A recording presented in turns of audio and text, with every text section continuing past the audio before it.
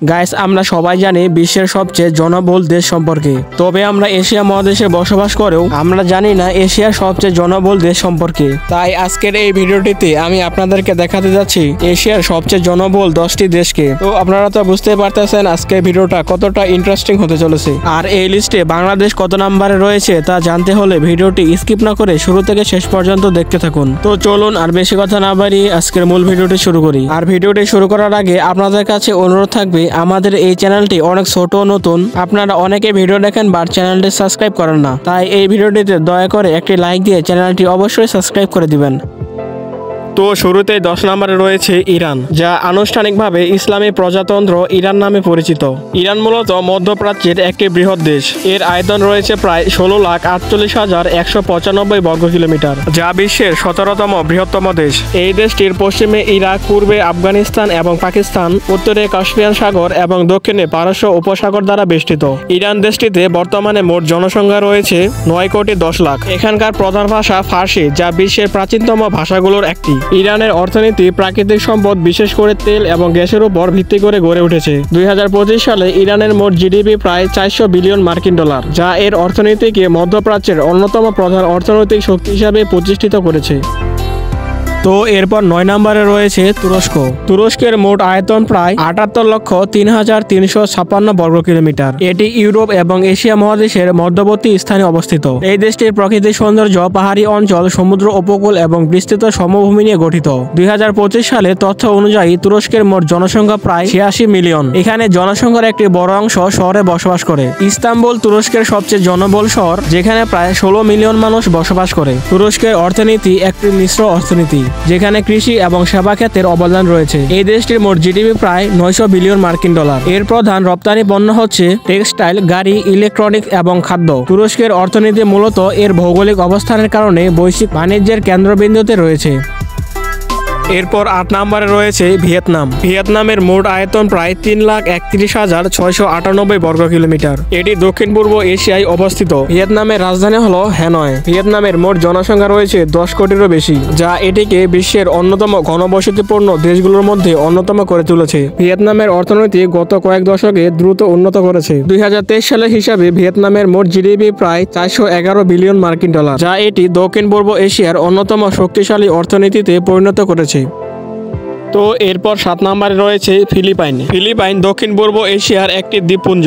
এটি প্রশান্ত মহাসাগরের পশ্চিমে অবস্থিত। দেশটির মোট আয়তন 3 লাখ বর্গ কিলোমিটার। 7,641টি দ্বীপ নিয়ে গঠিত এই দেশটির বিশ্বের 5ম বৃহত্তম দ্বীপ দেশ। এর রাজধানী হলো ম্যানিলা, যা সংস্কৃতি এবং অর্থনৈতিক কেন্দ্র হিসেবে পরিচিত। ফিলিপাইনের মোট জনসংখ্যা প্রায় 11 কোটি।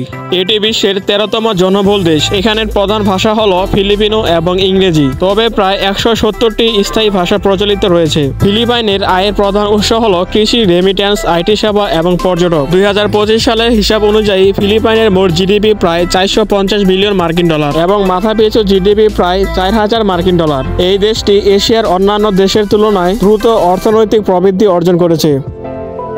এরপর 6 নম্বরে রয়েছে জাপান। জাপান পূর্ব এশিয়ার একটি দ্বীপ দেশ, যেটি কিনা প্রশান্ত মহাসাগরে অবস্থিত। এটি 4টি বড় দ্বীপ, হোক্কাইডো, হনশু, শিকোকু এবং কিউগু এবং প্রায় 6,852টি ছোট দ্বীপ নিয়ে গঠিত এই জাপান। এবং জাপানের মোট আয়তন প্রায় 3,77,975 বর্গ কিলোমিটার। জাপানের রাজধানী টোকিও। এটি বিশ্বের সবচেয়ে জনবহুল শহরগুলোর মধ্যে অন্যতম। টোকিও আধুনিক প্রযুক্তি, সংস্কৃতি, ঐতিহ্য এবং দৃষ্টিনন্দন স্থাপত্যের জন্য এক চমক। জাপানের মোট জনসংখ্যা প্রায় 12,56,00,000। এছাড়াও বিশ্বের 3য় বৃহত্তম অর্থনীতি হিসাবে জাপান পরিচিত এবং 2025 সালে জাপানের মোট জিডিপি প্রায় 5 ট্রিলিয়ন ডলার। জাপানের গাড়ি, ইলেকট্রনিক্স এবং প্রযুক্তির জন্য বিখ্যাত। টয়োটা, সনি এবং হোন্ডার মতো কোম্পানিগুলো বিশ্বজুড়ে সমৃদ্ধ। তো এরপর 5 নম্বরে রয়েছে বাংলাদেশ। বাংলাদেশের মোট আয়তন 1,47,570 বর্গ কিলোমিটার। এটি বিশ্বের 92তম বৃহত্তম দেশ। পুরো দেশটি গঙ্গা, ব্রহ্মপুত্র এবং মেঘনা নদীর সমতল ভূমিতে অবস্থিত। বাংলাদেশের রাজধানী ঢাকা, যাকে মসজিদের শহর বলা হয়। এটি দক্ষিণ এশিয়ার অন্যতম ঘনবসতিপূর্ণ শহর এবং দেশের অর্থনৈতিক এবং সাংস্কৃতিক কেন্দ্র। বাংলাদেশের জনসংখ্যা প্রায় 17 কোটিরও বেশি, যা বিশ্বের 8ম নম্বরে অবস্থিত। বাংলাদেশ একটি উদীয়মান অর্থনীতির দেশ। এর জিডিপি প্রায় 477 বিলিয়ন মার্কিন ডলার। দেশের অর্থনীতির প্রধান খাত হলো গার্মেন্টস শিল্প, যা বিশ্বের 2য় নম্বরে অবস্থান করছে। এছাড়াও কৃষি, মৎস্য এবং রেমিট্যান্স দেশের অর্থনীতির প্রধান চালিকা শক্তি।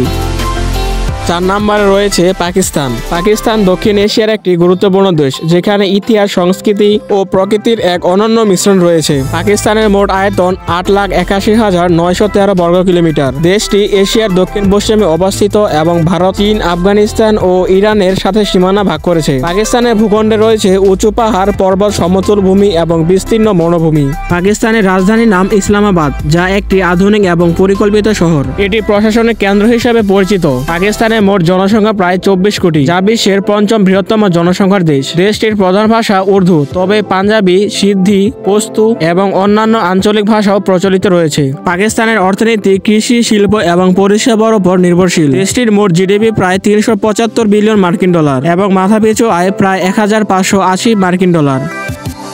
এরপর 3 নম্বরে রয়েছে ইন্দোনেশিয়া। ইন্দোনেশিয়া বিশ্বের বৃহত্তম দ্বীপপুঞ্জ রাষ্ট্র। এখানে রয়েছে 17,000 এরও বেশি দ্বীপ। দক্ষিণ পূর্ব এশিয়ার এই দেশটি তার প্রাকৃতিক সৌন্দর্য, সমৃদ্ধ সংস্কৃতি এবং বৈচিত্র্যময় ঐতিহ্যের জন্য বিশ্বব্যাপী খ্যাত। ইন্দোনেশিয়ার মোট আয়তন 19,19,000 বর্গ কিলোমিটার, যা এটিকে বিশ্বের 14তম বৃহৎ দেশ হিসাবে স্থান দিয়েছে। এটি ভারত মহাসাগর এবং প্রশান্ত মহাসাগরের সংযোগস্থলে অবস্থিত। ইন্দোনেশিয়ার সীমানা রয়েছে মালয়েশিয়া, পাপুয়া নিউগিনি এবং পূর্ব তিমুরের সঙ্গে। ইন্দোনেশিয়ার রাজধানী হলো জাকার্তা, যা জাভা দ্বীপে অবস্থিত। এটি দক্ষিণ পূর্ব এশিয়ার অন্যতম জনবহুল শহর। পুরো দেশের জনসংখ্যা প্রায় 27.6 কোটি, যা এটিকে বিশ্বের 4র্থ সর্বাধিক জনসংখ্যার দেশ হিসেবে স্থান দিয়েছে। এখানে প্রায় 300-এরও বেশি জাতিগোষ্ঠী এবং 700-এরও বেশি ভাষা রয়েছে। ইন্দোনেশিয়ার অর্থনীতি দক্ষিণ পূর্ব এশিয়ার অন্যতম বৃহৎ অর্থনীতি। এদেশের মোট জিডিপি 1 ট্রিলিয়ন মার্কিন ডলার। এখানে প্রধান অর্থনৈতিক খাত হল কৃষি, খনিজ সম্পদ, তেল, গ্যাস এবং ট্যুরিজম। এরপর 2 নম্বরে রয়েছে ভারত। ভারতের আয়তন 32,87,263 বর্গ কিলোমিটার, যা এটি পৃথিবীর 7ম বৃহত্তম দেশ হিসাবে পরিচিত। দেশটির উত্তরে হিমালয়, দক্ষিণে ভারত মহাসাগর অবস্থিত। ভারতের রাজধানী হল দিল্লি, যা আধুনিকতার সঙ্গে ঐতিহ্য এবং অসাধারণ সংমিশ্রণ। 2025 সালের পরিসংখ্যান অনুযায়ী ভারতের জনসংখ্যা 140 কোটিরও বেশি, যা এটি পৃথিবীর সবচেয়ে জনবহুল দেশগুলোর মধ্যে একটি করে তুলেছে। ভারতের অর্থনীতি বিশ্বের 5ম বৃহত্তম অর্থনীতি। এর মোট দেশজ উৎপাদন বা জিডিপি 3.7 ট্রিলিয়ন মার্কিন ডলার। প্রযুক্তি, কৃষি, শিল্প এবং সেবা খাতের ভারতের অর্থনীতির মূল চালিকা শক্তি। ভারতে রয়েছে বহু ভাষা, ধর্ম এবং সংস্কৃতির এক অপূর্ব মিশ্রণ। এখানে 22টি সরকারি ভাষা এবং 1,600 এরও বেশি আঞ্চলিক ভাষা রয়েছে। তো এরপর সর্বশেষ 1 নম্বর রয়েছে চীন। চীন মূলত আনুষ্ঠানিকভাবে পিপলস রিপাবলিক অফ চায়না নামে পরিচিত।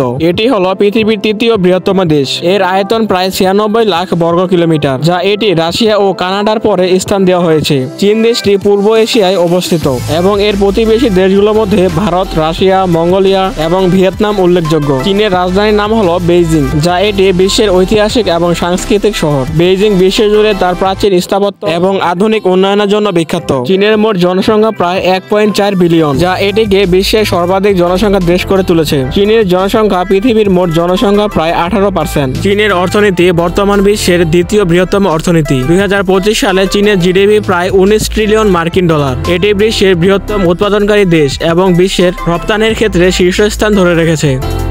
তো বন্ধুরা, এই ছিল এশিয়ার সবচেয়ে উন্নত এবং জনবহুল দেশ। ভিডিওটি কেমন হয়েছে তা অবশ্যই কমেন্ট করে জানাবেন। আর এরকম নতুন অজানা ইন্টারেস্টিং ভিডিও পেতে এই ভিডিওটিতে একটি লাইক দিয়ে চ্যানেলটি অবশ্যই সাবস্ক্রাইব করে দিবেন। তো দেখা হচ্ছে এরকম কোনো নতুন ভিডিওতে। এতক্ষণ ভালো থাকবেন, সুস্থ থাকবেন। আল্লাহ হাফেজ।